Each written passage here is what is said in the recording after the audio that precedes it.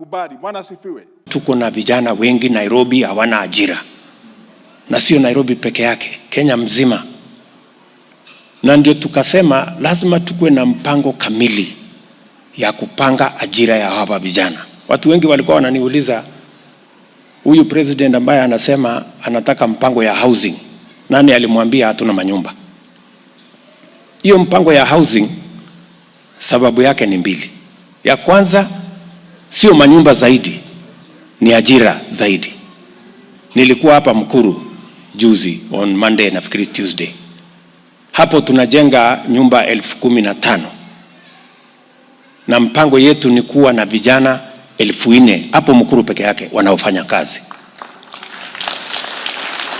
Hapa Lang'ata hapa tuko na another construction project. Delay kidogo, inaendelea, lakini tunataka sasa kuiongezea kasi.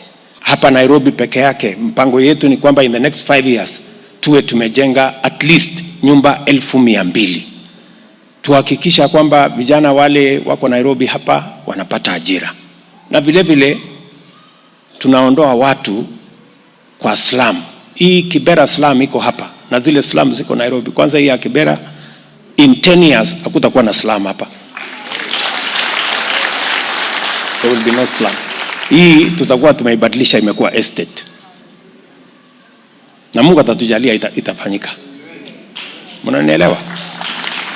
Na ndio mliona tulisukuma kabisa mambo ya housing fund.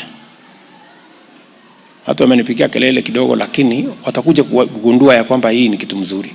Itatusaidia hawa vijana wapate ajira, Wakenya tupate manyumba, tuishi katika mahali kuna heshima, mahali kuna maji, kuna stima, kuna barabara, na tusaidie kwa sababu kwa sasa tuko na Wakenya karibu milioni 6 wanaishi katika slums katika taifa letu la Kenya, and we must be concerned about them.